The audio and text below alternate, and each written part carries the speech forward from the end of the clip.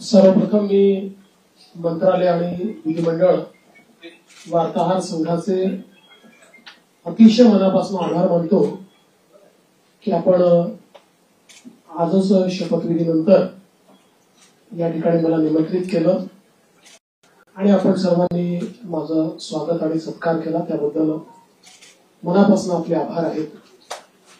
आणि मगाशी प्रवीणजी आणि प्रमोदजी असं म्हणाले की जेव्हा जेव्हा त्यांची बॉडी असते तेव्हा तेव्हा मी मुख्यमंत्री होतो,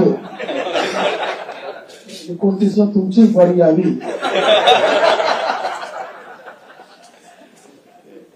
अशी शुभकामना मी तुम्हाला देतो. खरं म्हणजे आपला हा संघ राज्याच्या आपल्या संपूर्ण लोकशाही व्यवस्थेतला एक अत्यंत महत्वाचा स्तंभ आहे. कारण विधिमंडळ आणि मंत्रालयातलं राज्याचा कारभार चालतो आणि तो योग्य प्रकारे चाललाय की नाही हे राज्यामध्ये सांगण्याचं काम तुम्ही करता. आणि जिथे काही चुका असतील त्या नजरेस आणून देतात, त्याच्यामुळे त्या चुका देखील सुधारता येतात. एखादी गोष्ट जी अतिशय जनोपयोगाची असेल ती जनतेपर्यंत पोहोचवण्याचा प्रयत्न देखील आपण करता. अर्थात कधी कधी एखादी गोष्ट आम्हालाही माहिती नसते आणि ती जनतेपर्यंत चालली जाते, मग लक्षात येतं की असं काहीतरी घडलेलं आहे आणि मग त्याचं फायर फायटिंग आम्हाला करावं लागतं. पण मला असं वाटतं की आपलं ते काम आहे आणि निश्चितपणे अतिशय चांगल्या प्रकारे आपण सर्व लोक ते करतात. गेली 2.5 वर्ष मुख्यमंत्री एकनाथराव शिंदेजींच्या नेतृत्वात आम्ही सरकार चालवलं आणि अतिशय गतिशील अशा प्रकारचे सरकार होतं.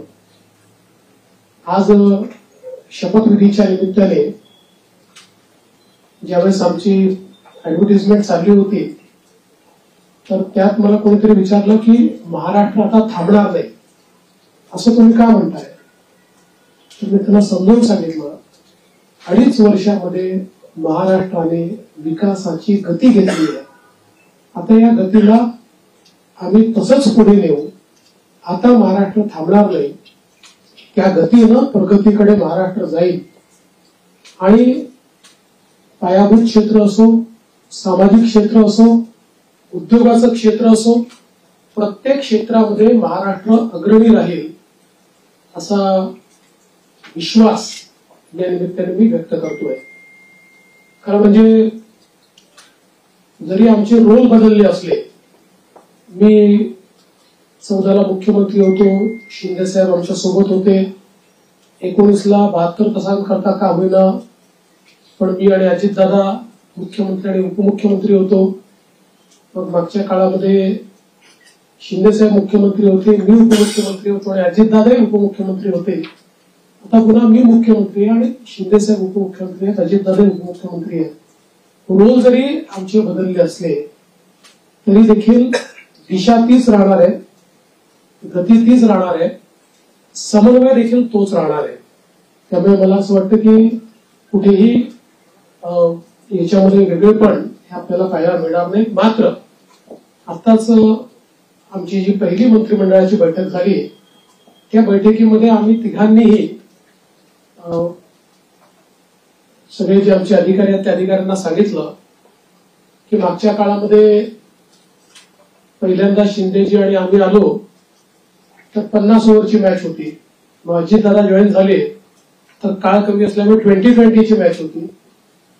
आता टेस्ट मॅच आहे, त्याच्यामुळे नीट योग्यपणे धोरणात्मक निर्णय घेत पुढची पायाभरणी योग्य प्रकारे करत आपल्याला राज्याला पुढे न्यायचं आहे.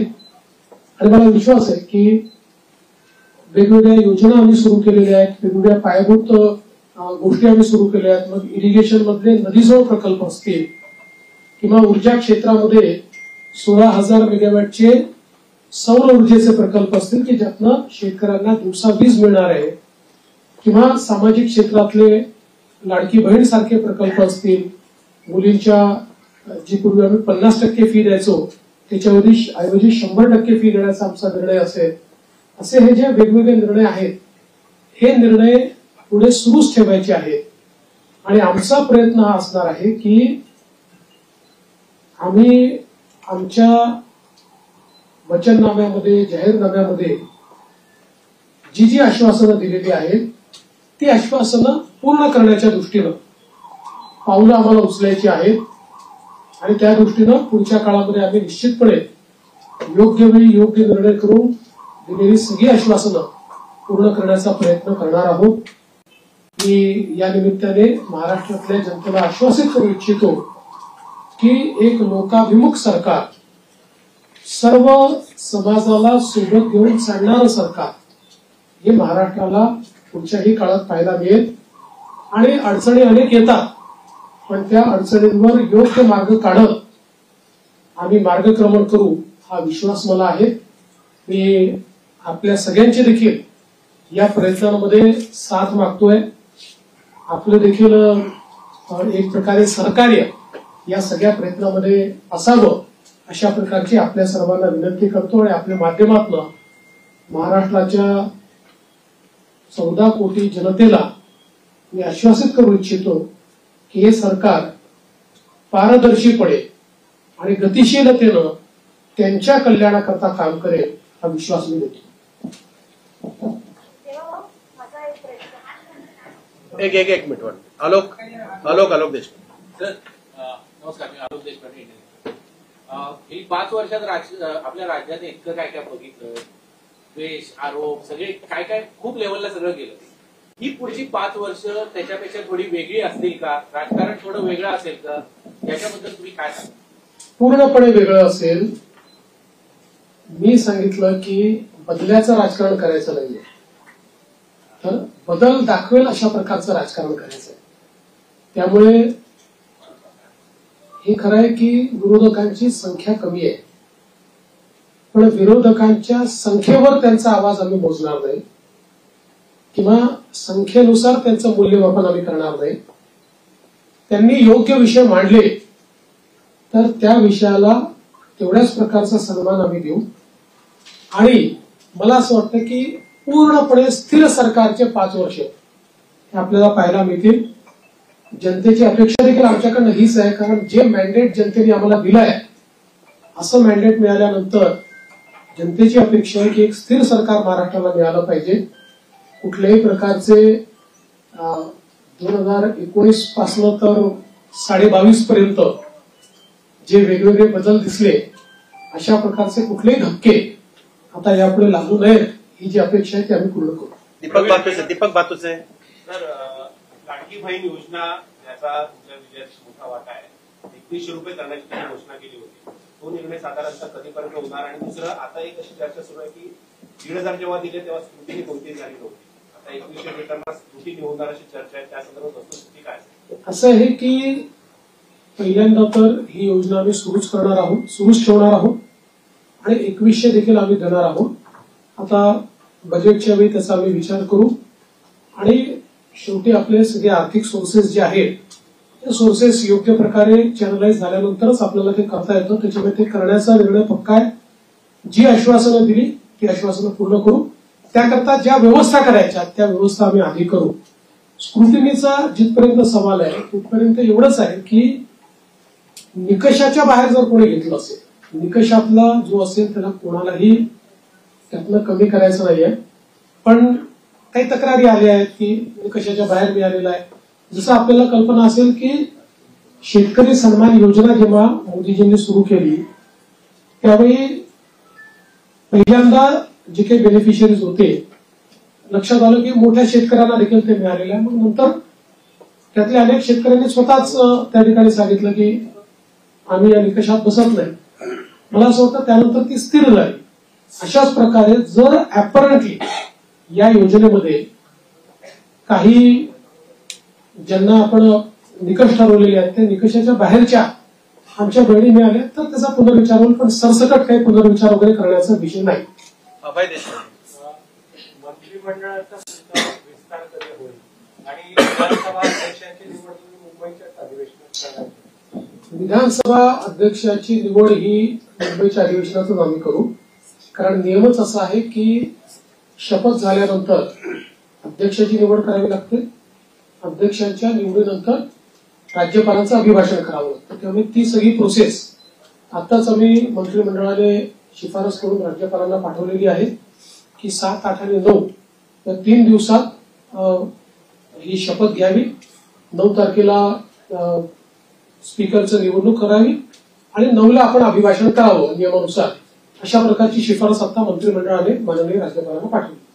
सोनू श्रीवास्तव. विस्ताराच्या संदर्भात मला असं वाटतं की जवळपास आमची प्रक्रिया झालेली आहे. माझा स्वतःचा अंदाज असा आहे की नागपूर अधिवेशनापूर्वी आम्ही विस्तार करू. सोनू श्रीवास्तव. सोनू श्रीवास्तव. मेरा सवाल है कि सब कुछ अच्छा चल रहा था तो इतना डिले क्यों हो गया, और पोर्टफोलियो बढ़ने में कहाँ दिक्कत थी कि आज भी मनोबल करना पड़ा? देखिए, ऐसा कोई डिले है ऐसा मैं नहीं मानता. इससे पहले भी 2004 में करीब 12-13 दिन का डिले हुआ था. 2009 में भी करीब 9 दिन का डिले था. तो कई बार हम लोगों को ये समझ लेना पड़ेगा कि कोएलिशन की गवर्नमेंट होती है तो उसमें बहुत निर्णय करने पड़ते हैं. एक पार्टी की सरकार होती है तो निर्णय एक ही पार्टी को करना है. कोएलिशन की गवर्नमेंट में बहुत बड़े पैमाने पर कंसल्टेशन करना पड़ता है. वो कंसल्टेशन हमने किया है. करीब करीब हमारे नंबर्स भी हमने फ्रीज किए हैं. वो कितने अभी हम नहीं बताएंगे, वो पार्टियां बताएंगी, इसलिए मुझे पूछो मत. और पोर्टफोलियो को भी अभी हम लोगों ने करीब करीब फाइनलाइज किया है. कुछ थोड़ा बचा है उसमें, वो भी कर लेंगे. तो मुझे लगता है कि अब हमारे सामने जो प्रश्न थे वो प्रश्न धीरे धीरे समाप्त हुए. प्रवीण राऊत.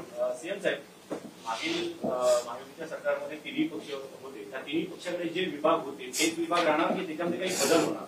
थोडे बहुत बदल होऊ शकतात. फार बदल होतील असं नाही. थोडे बहुत बदल होतील. धर्मेंद्र जोरे.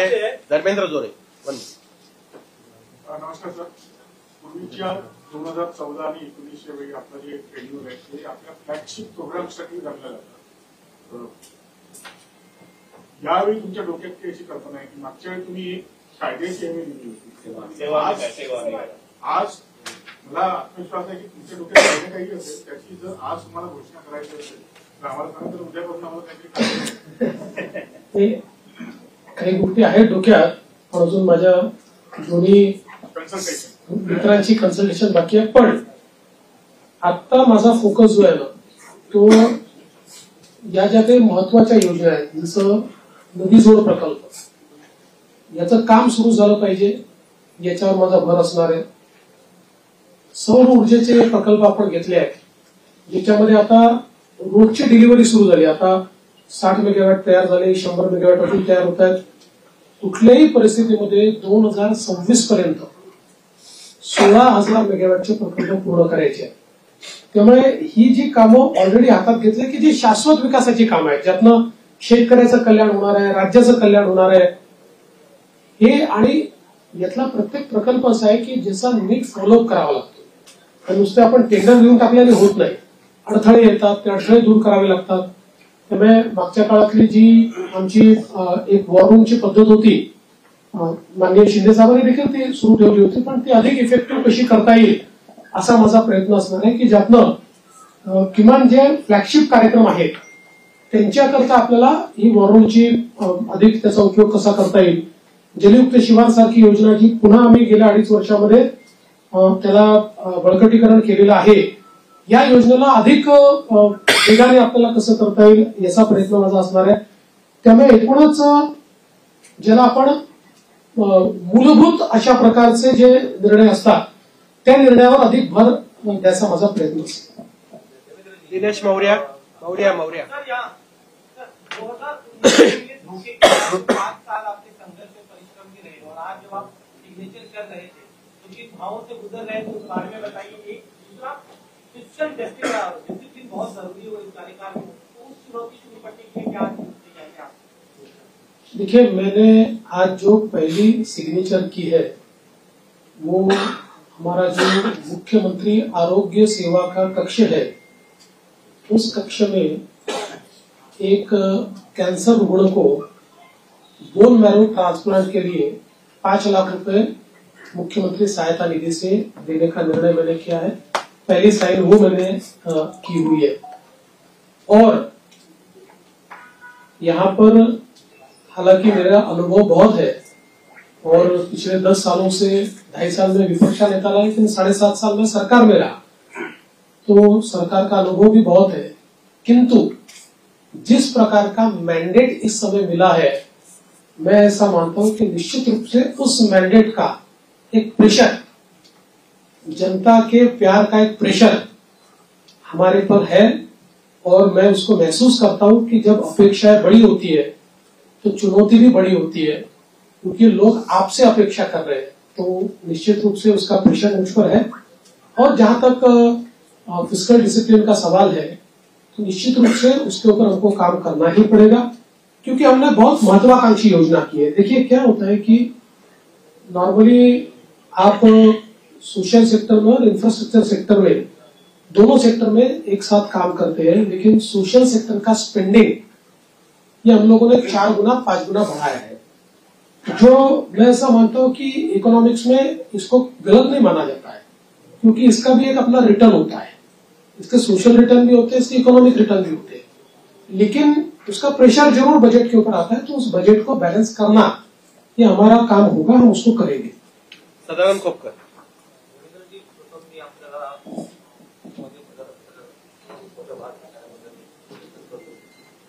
पूर्वीचं जे जो महाराष्ट्र आपण पाहिला होता, 2014 नंतरचा 2024 10 वर्षाचा काळ पर्यंतचा फार मोठा काळ गेलेला आहे. या 2024 नंतरच्या महाराष्ट्राकडे आपण कसं पाहता? मला असं वाटतं की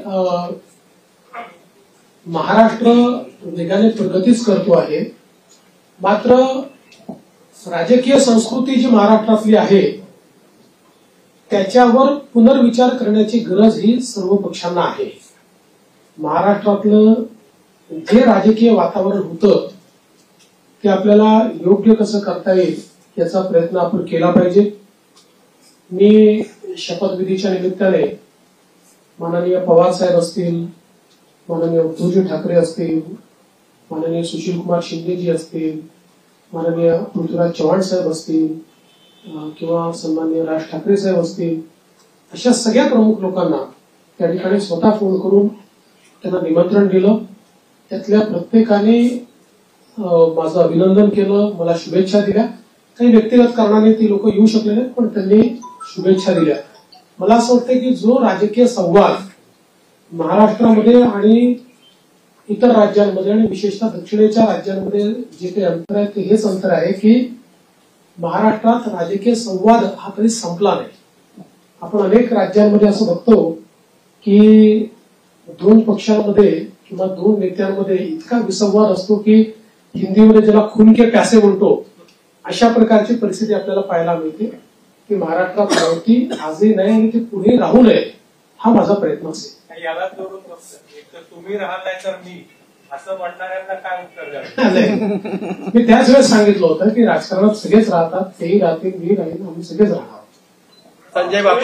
Sanjay Bapat. One minute. Sanjay Bapat. Sanju. One minute. Sanju. Sanjay Bapat. Sanju एक मिनिट. संजय बापट. पायाभूत सुविधा आवडता विषय असतो. मी मालकामध्ये समृद्धी महामार्ग पूर्ण केला, त्याच्यानंतर या टप्प्यामध्ये सुरुवात केली शक्तीपीठ महामार्ग. काय पण निवडणुकीच्या वेळी त्याचं भूसंपादन शक्तीपीठ महामार्गाच्या संदर्भात सांगली जिल्ह्यापर्यंत त्याला पूर्ण समर्थन आहे आणि सगळे शेतकरी आमच्याकडे येऊन सांगतात की तुम्ही भूसंपादन करा. सांगली जिल्ह्यातल्या काही भागात त्याला समर्थन आहे, पण कोल्हापूर जिल्हा जिथे सुरू होतो तिथे मात्र त्याला खूप मोठ्या प्रमाणात विरोध आहे. आणि आम्ही ज्यावेळी समृद्धी महामार्ग केला त्यावेळी आम्ही विरोध पत्करून नाही केला, लोकांना समजावून केला. त्यामुळे आमचा यात प्रयत्न असा असेल की ज्या भागापर्यंत विरोध नाही तिथपर्यंतची अलाइनमेंट आता फायनल करायची आणि पुढची अलाइनमेंट जी आहे ती आपल्याला सगळ्यांची चर्चा करून काही पर्यायी अलाइनमेंट काढता येते का याचा विचार आपण करू. कारण शेतकऱ्यांना नाराज करून शेतकऱ्यांच्या जमिनी जबरदस्तीने घेऊन विकास करण्याची मानसिकता आपली नाही आहे. त्यामुळे काही पर्यायी रस्ते तयार करता येतील किंवा त्याला एक्झिस्टिंग जो काही हायवे आहे त्याला कोल्हापूरच्या आधी कुठे जोडता येईल का, किंवा अजून काही एखादा आपल्याला फ्लायओव्हरच्या माध्यमातून काही निर्णय करता येईल का, असं चर्चेतनं मार्ग काढू. पण मला असं वाटतं की सांगली जिल्ह्यापर्यंत तर शक्तीपीठ महामार्गाला मोठ्या प्रमाणात समर्थन आहे आणि माझा या महामार्गावर एकाच कारणाकरता थोडासा जोर आहे की जसं समृद्धी महामार्गामुळे विदर्भ आणि मराठवाड्यातले विशेषतः संभाजीनगर आणि जालना जिल्ह्याचं चित्र बदललं. म्हणजे आता महाराष्ट्राचं न्यू इंडस्ट्री मॅग्नेट हे पुण्यावरनं हळूहळू पुण्यात शिफ्ट होणारच नाही, पण आता त्याचा विस्तार आपल्याला संभाजीनगर आणि जालन्याला होताना दिसतोय. तर अशाच प्रकारे शक्तीपीठ महामार्गामुळे संपूर्ण मराठवाड्याचं चित्र बदललं, चित्र एकदम. आणि म्हणून त्या महामार्गाचा माझा थोडा आग्रह आहे, पण सगळ्यांशी चर्चा करूनच त्याच्यातला पुढचा निर्णय होईल, तोपर्यंत होणार नाही. संजय शुक्ला. संजय शुक्ला. नाही ते असं आहे की तुमची विनंती ही योग्यच आहे आणि मुंबई गोवा महामार्ग याचा विषय काढला की आम्हाला जरा अडचण होते. म्हणजे गडकरी साहेबांनी तर देशाच्या संसदेत सांगितलं की मी देशाच्या कानाकोपऱ्यात जिथे होऊ शकत नाही तिथे महामार्ग केले, पण या एका महामार्गाने मला फार त्रास दिला. मला असं वाटतं आता ते अंतिम टप्प्यात आहे. संजय शुक्ला. संजय शुक्ला. संजीव शुक्ला से पहले तो आपको तीसरी बार मुख्यमंत्री बनने के लिए बधाई देता हूँ. मैं ये जानना चाहता हूँ कि पिछली बार मतलब आपने जो मंत्री के तौर पर काम अच्छा किया है, लोगों की भावना है आपके मंत्रालय के पास रखी, तो वो रखेंगे क्या? दूसरी बात मैं ये भी कहना चाहता हूँ कि लाडली बहनों की वजह से आपको सफलता मिलने में काफी आसानी है. राजनीति में इतने व्यभिचारी घुस गए हैं, कई मंत्रियों के ऊपर ऐसे बलात्कार के इस तरह के आरोप लगे हैं, तो क्या आप उनका अप्रेजल देखें उसके बाद मंत्री बनाएंगे या किसी को बना देंगे? पहला जो आपका सवाल है उसमें कौन सा मंत्रालय किसके पास रहेगा ये अंतिम चरण में है, उसका निर्णय तीनों मिलकर करेंगे. यूनिलैटरली उसकी घोषणा मैं नहीं कर सकता. और जहां तक पुराने मंत्रियों का सवाल है तो उसमें निश्चित रूप से सभी के काम का एक मूल्यमापन तो हो रहा है, मूल्यांकन हो रहा है. उस मूल्यांकन क्योंकि हमारे जो दोनों साथी है एकनाथ शिंदे जी ने भी और दादा ने भी, हम तीनों ने बैठकर ये तय किया है कि हम मूल्यांकन करेंगे, पुराने मंत्रियों के कामों का मूल्यांकन होगा, उसके आधार पर आगे का निर्णय होगा.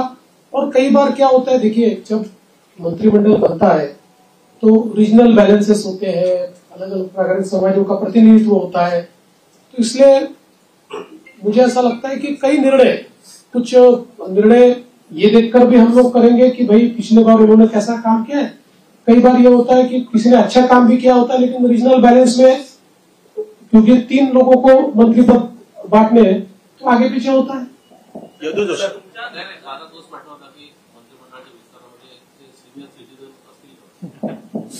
कोणी सिनियर सिटीजन नाही आहे. तुम्ही हे लक्षात ठेवा, राजकारणामध्ये जोपर्यंत जनता ठरवत नाही तोपर्यंत कोणी म्हातारे होत नाही, कोणी रिटायर होत नाही. विनोद जगताप. सर मेरा सवाल ये है कि नई इंडस्ट्री लाने के लिए क्या प्रयास होंगे? और पिछले 2.5 साल में आपने देखा होगा कि विपक्ष हमेशा ये चिल्लाता रहा है कि सारे उद्योग गुजरात जा रहे हैं. देखिए विपक्ष को तो बार बार जवाब दिया है, आंकड़ों से दिया है. आज आपको एक और नया आंकड़ा बताता हूं कि पिछले पूरे साल में हमको जितना एफडीआई मिला उसका 90% एफडीआई 6 महीने में मिल गया. तो आप समझ सकते हो कि कितना इनफ्लो इंडस्ट्री का आ रहा है. और जल्दी ही कुछ इंडस्ट्रीज की घोषणाएं मैं करूंगा. मेरी बातचीत अंतिम चरण में है कि जिनको महाराष्ट्र को पाकर, उन इंडस्ट्रीज को पाकर बहुत महाराष्ट्र को खुशी होगी, ऐसी कई इंडस्ट्रीज के साथ मेरी चर्चा अंतिम चरण में. अजय वैद्य. अजय वैद्य. आपण अनेक कल्याणकारी योजना सुरू केलेल्या आहेत. प्रश्न असा असतो की त्याची जी अंमलबजावणी त्यावर अधिक असं बघायला मिळतं की काही जे पात्र असतात पण त्यांना म्हणजे काही तांत्रिक कारणामुळे किंवा नीट माहिती नसल्यामुळे त्याचा लाभ मिळत नाही. म्हणजे जर 100% पैकी 70% लोकांना मिळाला आणि पात्र असून 30% जे मिळत नाही त्यांच्यामुळे ती योजना टिकाऊ होते. तर ह्याची जी अंमलबजावणी जी आहे त्याच्यासाठी एक मॉनिटरिंग सिस्टीम अशी तुम्ही आता म्हणाल की तुम्ही काही सजेशन द्या म्हणून मी सजेशन देतो. नाही, चांगलं आहे. आपण कराल का तुम्ही असं मॉनिटरिंग सिस्टीम असावी की त्याचं एक स्वतंत्र खातं निर्माण करावं, त्याला एक कॅबिनेट दर्जाचे मंत्री असावे, त्यांना सगळ्या खात्यांना ऍक्सेस असावा आणि त्यामुळे त्यांनी त्याचं मॉनिटरिंग केलं काय तर ह्या योजना खरोखर लोकांना प्रत्यक्ष लाभ होऊ शकेल. आणि माझं एक सजेशन असं आहे की शिंदे साहेबांनी या सगळ्या याच्यात जो हे केलेलं आहे ते शिंदे साहेबांकडे हे काम सोपवलं तर ते चांगल्या प्रकारे होऊ शकेल आणि त्यांना सगळे अधिकार द्यावे करायचं आणि या खात्याला शिवशाही खातं असं नाव द्यावं अशी माझी आपली सूचना चांगली आहे. मला असं वाटतं की याच्यामध्ये फायनान्शियल मॉनिटरिंग हे सीएजीच्या थ्रू होतं. सोशल ऑडिट करता आपल्याकडे कुठली यंत्रणा नाही. या योजनांचं केवळ आपण फायनान्शियल ऑडिट करतो सीएजीच्या माध्यमातून. निश्चितपणे फ्लॅगशिप ज्या योजना आहेत याच्या सोशल ऑडिटची देखील काही व्यवस्था आम्ही उभी करू.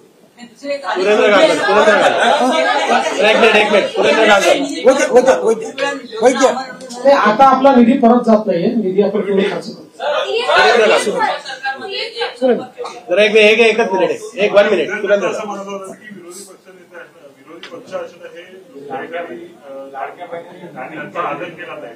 बऱ्याच जरी त्यांच्या 10% त्यांची जरी राहील असली 10% तरी काही राज्यांमध्ये तेवढे आमदार नसताना विरोधी पक्षांना तसंच निर्णय घेतले. तसा विचार आपल्याकडे होता.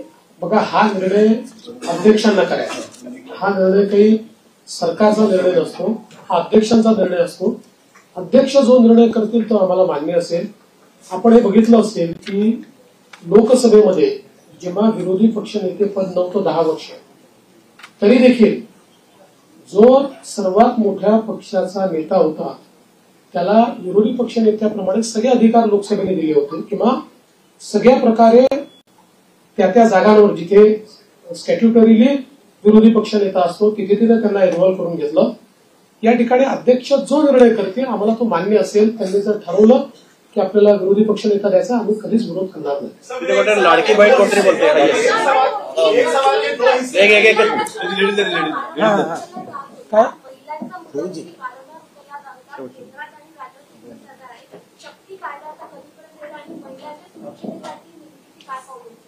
बघा, शक्ती कायद्याच्या संदर्भात प्रॉब्लेम असा झाला की शक्ती कायदा आपला गेल्यानंतर दरम्यानच्या काळामध्ये वेगवेगळ्या डिपार्टमेंटला तो गेला, कारण आपला कायदा हा केंद्राच्या अनेक कायद्यांवर अधिक्षेप करणारा होता आणि त्याचसोबत काही तरतुदी आपल्या ज्या होत्या त्या संदर्भात काही विसंगत निर्णय, म्हणजे त्यापेक्षा वेगळे निर्णय, विसंगत म्हणजे वेगळे निर्णय हे सुप्रीम कोर्टाने दिले होते. म्हणून तो कायदा त्या ठिकाणी चर्चेमध्ये होता.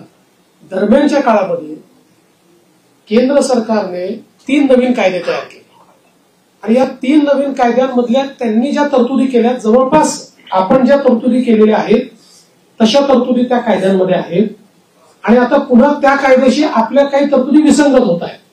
त्यामुळे आता केंद्र सरकारशी त्या संदर्भात चर्चा करावी लागेल. जसं आपण बघितलं असेल तर आता या नवीन कायद्यांमध्ये एक इंडिपेंडंट चॅप्टर हा रेपवर तयार झालेला आहे. फाशीपर्यंतची शिक्षा जी आधीच्या कायद्यांमध्ये नव्हती ती आता या नवीन ज्या आपण जी न्यायसंहिता केलेली आहे त्याच्यामध्ये ठेवलेली आहे. त्यामुळे आता या संदर्भात एकदा केंद्र सरकारशी चर्चा करून आवश्यक असेल तर कदाचित आपल्या कायद्यांमध्ये बदल करावा लागेल. प्रसाद पाटील 1 मिनिट. प्रसाद पाटील एक 1 मिनिट. प्रसाद पाटील एक सवाल प्रश्नाचं उत्तर देऊन फक्त एवढं विचारलं, गृह खातं कोणाला कुठल्या पक्षाकडे राहील आणि अर्थ खातं कुठल्या पक्षाकडे राहील? आता आम्ही तिघं मिळून ठरवू. आम्ही आता तिघं मिळून सरकार, त्यामुळे सरकारकडे राहील आणि सरकार चालेल.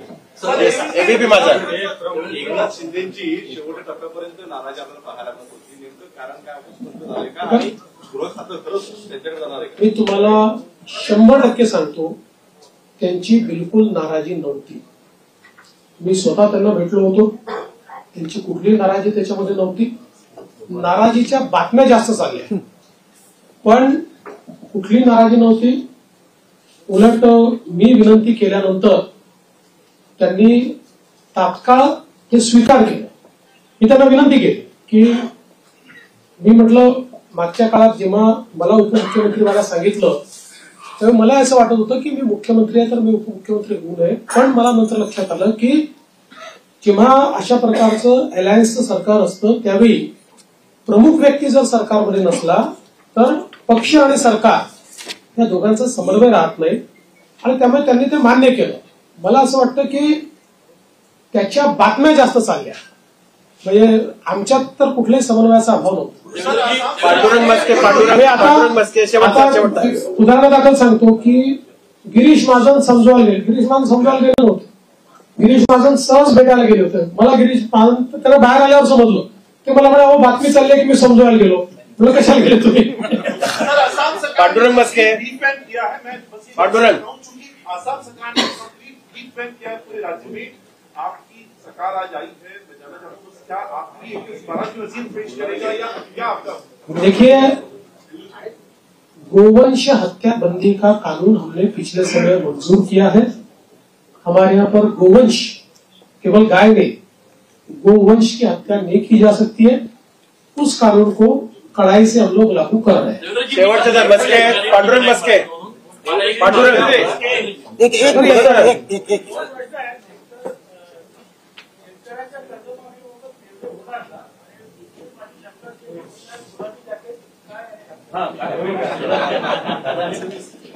दादांनी शिवून दिलं.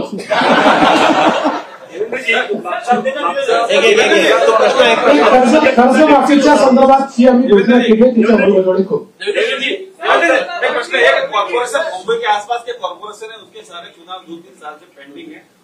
अब देखिए, सुप्रीम कोर्ट में वो अटके हैं, लेकिन हमारा प्रयास रहेगा. हमने पिछले भी समय सरकार की ओर से अर्जी लगाई थी कि इतने समय इसको पेंडिंग रखना ठीक नहीं है. सुप्रीम कोर्ट ने जो इंडिकेट हमको किया उसमें वो अभी कंटिन्यूस सुनवाई लेंगे ऐसा उन्होंने कहा है. हमारा प्रयास रहेगा कि जल्दी सुनवाई हो, क्योंकि केवल वहां नहीं पूरे महाराष्ट्र में ये चुनाव बाकी है. और मैंने बार बार ये कहा है कि स्वस्थ लोकतंत्र के हिसाब से जो स्थानीय इकाई है उसका चुनाव होना बहुत जरूरी है. दीपक कैतके शेवटचा प्रश्न दीपक कैतके. प्रश्न असा आहे की आपला राजकीय संपूर्ण संघटनाचा सगळा संघर्षाचा प्रवास आम्ही बघितला, कव्हर पण केला. आज ज्यावेळेला आपण शपथविधीच्या वेळेला शपथ घेत होता त्यावेळेला नेमकी आपल्या मनात काय भावना होती, कारण काय नेमकं काय वाटतं?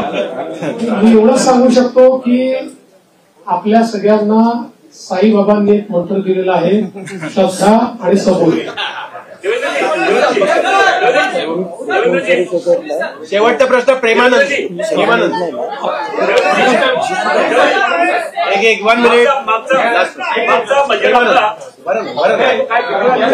बरं ना या निवडणुकीतील लोकसभेला येतात तुम्ही सांगितलं पहिल्या कॅबिनेटमध्ये धनगरांना प्रश्न मार्गी लावणार. आता काय ठोस निर्णय होणार आहे? असं आहे की त्याच्यानंतर मी राज्याच्या विधानसभेमध्ये त्याची वस्तुस्थिती मांडली होती की कशा प्रकारे ऑलरेडी त्याच्या आधीच्या सरकारने हे देता येत नाही अशा प्रकारचा अहवाल हा केंद्र सरकारला पाठवला होता. त्याच्यानंतर त्याच्यामध्ये बरीच कारवाई झाली. मध्यंतरीच्या काळामध्ये त्याची केस कोर्टामध्ये झाली. कोर्टामध्ये त्याला सपोर्टिंग एफिडेव्हिट्स आम्ही केले, परंतु एका कुठल्या तरी सर्टिफिकेटमुळे कोर्टाने त्याच्यात दुसरा निर्णय घेतला. नंतर ते सर्टिफिकेट बोगस असल्यामुळे ते सर्टिफिकेट आम्ही रद्द केलं. आता पुन्हा कोर्टाच्या विचाराधीन तो विषय आहे आणि कोर्टामध्ये योग्य ती बाजू आम्ही मांडलेली आहे. आणि मराठा आरक्षणाच्या संदर्भात निश्चितपणे मराठा समाजाला न्याय देण्याचा प्रयत्न मागच्या काळात आम्हीच केला आणि पुढे आम्हीच मराठा समाजाला न्याय निश्चितपणे देऊ.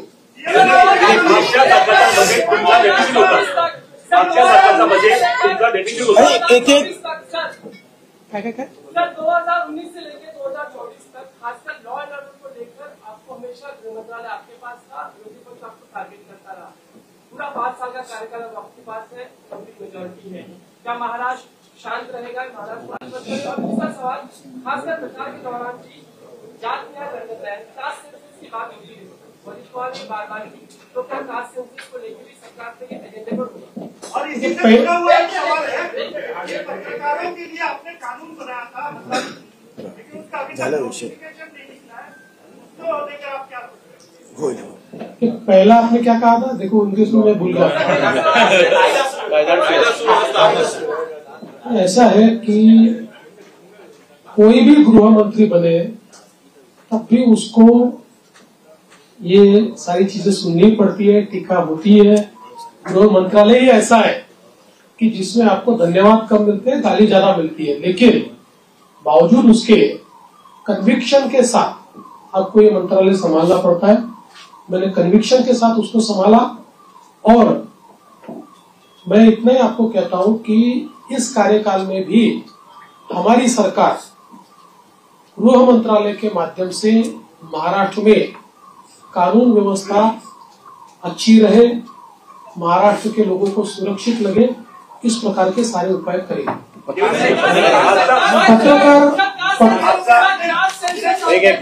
देखिए, भारतीय जनता पार्टी की भूमिका ये बार बार हमने स्पष्ट की है कि कास्ट सेंसस को हमारा विरोध नहीं है। जो पहला कास्ट सेंसस बिहार में हुआ हमारे समर्थन से ही हुआ है। हमारा हमेशा इतना ही कहना है कि कास्ट सेंसस को वेपनाइज मत करो। कास्ट सेंसस का वेपन के रूप में अगर उपयोग किया तो जो माइक्रो समाज है, संख्या में कम समाज है, विशेष रूप से माइक्रो ओबीसीज है, इनके ऊपर उसका अन्याय हो सकता है। इसलिए कास्ट सेंसस अगर करना है तो उसका पहले क्या हमको उसमें से पाना है ये हमने तय करना चाहिए, उस प्रकार से उसको करना चाहिए। उसको राजनीतिक वेपन बनाने की कोशिश अगर होगी तो समाज में विघटन होगा। पत्रकार हल्ल्याच्या संदर्भात जी काही त्या कायद्याच्या संदर्भातली कारवाई बाकी आहे मी स्वतः लक्ष टाकेन त्याच्यामध्ये आणि आपण ते काम करू। आणि त्यासोबत पहिला प्रश्न जो अध्यक्षांनी या ठिकाणी मांडला होता की बाळशास्त्री जांभेकर जी आपली योजना आहे त्याच्यामध्ये आपण 20,000चा GR काढला, पण त्याच्या काही अटी शर्तीमुळे अंमलबजावणी होत नाही, तर पुढच्या आठवड्यातच त्या संदर्भातली कारवाई मी पूर्ण करेन। दिलीप जाधव, आजचा बजेट आपला डेफिसिट होता आणि त्याच्यानंतर ज्या तुमचा शेवटच्या तुम्ही जाहीर केल्या त्यामुळे अधिकाऱ्यांनी सांगितलं की आम्हाला आर्थिक लावावी लागेल।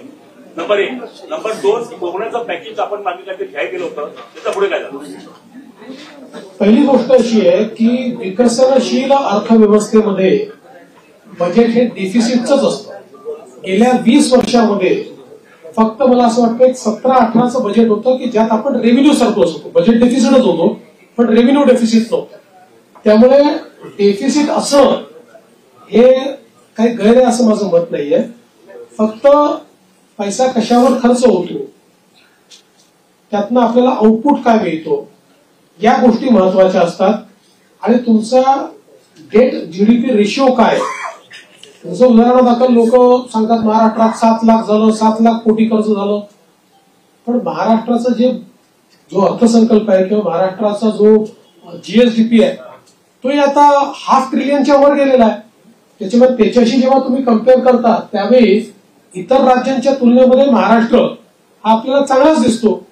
अर्थात आता ज्या कल्याणकारी योजना आम्ही घेतलेल्या आहेत त्याचा 2-3% भार हा पुन्हा ऋणभार म्हणून त्या ठिकाणी आम्हाला पडणार आहे, पण त्याचवेळी त्यातनं जे सोशल बेनिफिट मिळेल आणि कॅस्केडिंग त्यातनं जे इकॉनॉमिक बेनिफिट मिळेल त्यातनं पुढच्या 3-4 वर्षामध्ये आम्ही त्याची भरपाई करू शकू। म्हणून मला असं वाटतं की फार याची चिंता करू नये की डेफिसिट आहे, याची चिंता केली पाहिजे की डेफिसिट कशामुळे होत आहे। जो पैसा चाललाय तो सामाजिक क्षेत्रात किंवा इन्फ्रास्ट्रक्चरच्या क्षेत्रात योग्य वापरला जातोय की नाही तो प्रयत्न आम्ही करू।